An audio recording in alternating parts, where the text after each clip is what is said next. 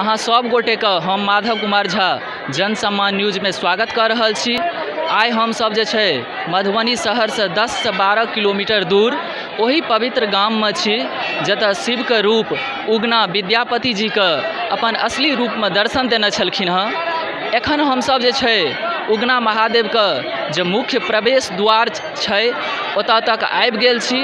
एतऽ से हम सब जे छै आब सीधा उगना महादेव के प्रांगण में चलब और उगना महादेव के दर्शन करब। संग संग अहूँ सब गोटे के जे छै उगना महादेव के दर्शन करायब। एखन सावन के महीना चलि रहल छै और सावन के महीना महादेव के पूजा पाठ के लेल जानल जाइ छै। ओहियो में सबसे खास दिन सोम होइ छै और आइ सावन के पहिलुक सोम छियै।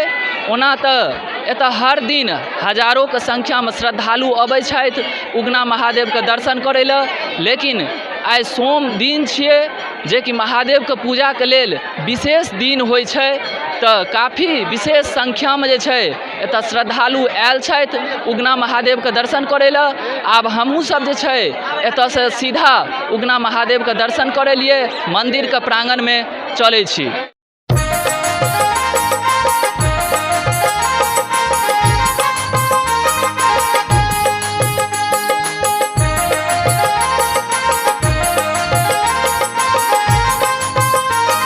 में त्रिकालदर्शी भगवान महादेव के अनेकों रूप छनि, लेकिन भोले भंडारी के ई रूप भक्त के प्रति अपार स्नेह के दर्शा रहल छथि। ठीक सामने में जे मंदिर छनि ओ उगना महादेव के मंदिर छनि। जतेक भव्य मंदिर देख रहल छियै ओतबी भावनात्मक उगना महादेव के महिमा छनि। जखन जखन उगना महादेव के चर्चा हेतै तखन तखन विद्यापति जी के निश्चित रूप से चर्चा हेतै। विद्यापति जी भगवान महादेव के परम भक्त छलथि हँ और हुनकर भक्ति से प्रसन्न भऽ कऽ स्वयं महादेव नौकर रूप धारण कऽ कऽ उगना रूप में जे छै विद्यापति जी के लग में अबै छथिन और हुनका से कहै छथिन अहाँ अपना ओतऽ हमरा जे छै नौकर के रूप में राखि लिअ। तो विद्यापति जी हुनका राखि लै छथिन और उगना रूप महादेव विद्यापति जी के सेवा में लागि जाइ छथि। भक्त के और भगवान के बीच ई संबंध जे छै निश्चित रूप से एकटा भक्त के भक्ति में जोड़ि रहल अछि। भगवान और भक्त के बीच ई अद्भुत संबंध शायदे कतौ जे छै दोसर जगह भेटत। तो चलू आब हम सब सीधा जे छै उगना महादेव के दर्शन करै लिए आगाँ बढ़ै छी। आब हम सब जे छै उगना महादेव के द्वार पर आबि गेल छी। देख सकै छियै मंदिर में जे अंदर जेबाक रास्ता छै और मंदिर से बाहरो निकले के रास्ता छै से एकटा छै।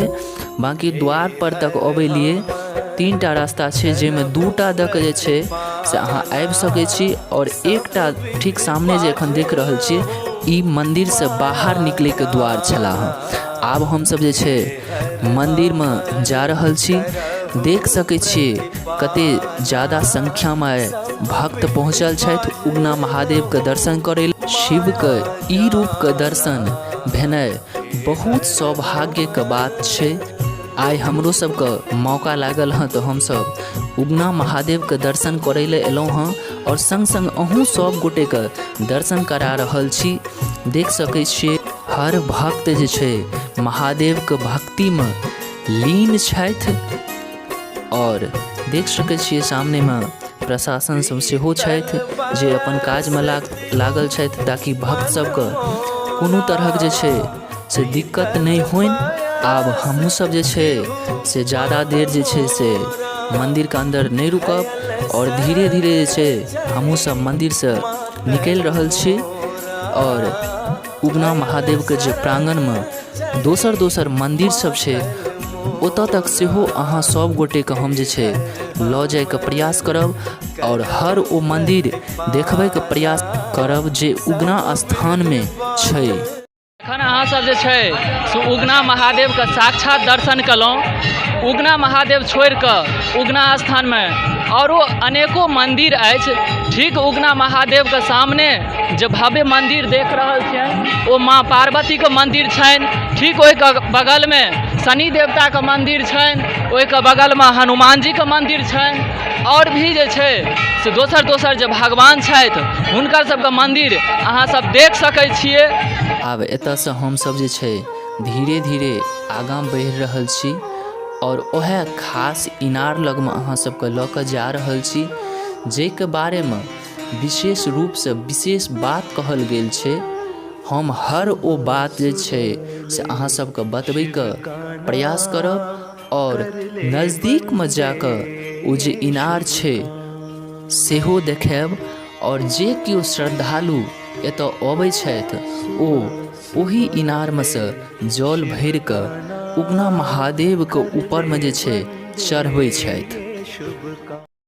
से उगना महादेवके स्थानमे छी और देख सकै छी हमरा बगलमे जे छै से जे इनार छै एकर एकटा मान्यता छै जे एक दिन जे छै बाबा विद्यापति जे छै से सुनसान रस्तासँ कतहु जाइ छलथि हँ, बीचमे हुनका जे छै बहुत कसिकऽ जे छै से प्यास लगै छनि, तऽ ओ अपन भक्त उगनाके कहै छथिन जे रौ उगना हमरा प्यास लागल यऽ, तऽ उगना एकटा सुनसान जगहपर जाकऽ जे छै अपन जटासँ गङ्गाजल निकालि कऽ ओ कमण्डलमे गङ्गाजल भरै छथि और हुनका जटासँ किछु गङ्गाजल जे छै से छिलकै छनि और ओ जे छै से इनारके रूपमे परिवर्तित भऽ जाइए। हमर सबके जे छै यात्रा उगना महादेवके छला हँ, देखलिए ने अहाँ सब उगना महादेवके सब गोटे दर्शन केलहुँ। अहाँ सबके वीडियो नीक लागल हुए तऽ वीडियोके शेयर करू और जहिया कहियो अहूँ सबके मौका मिले तऽ उगना महादेवके दर्शन करै लिए जरूर आबू।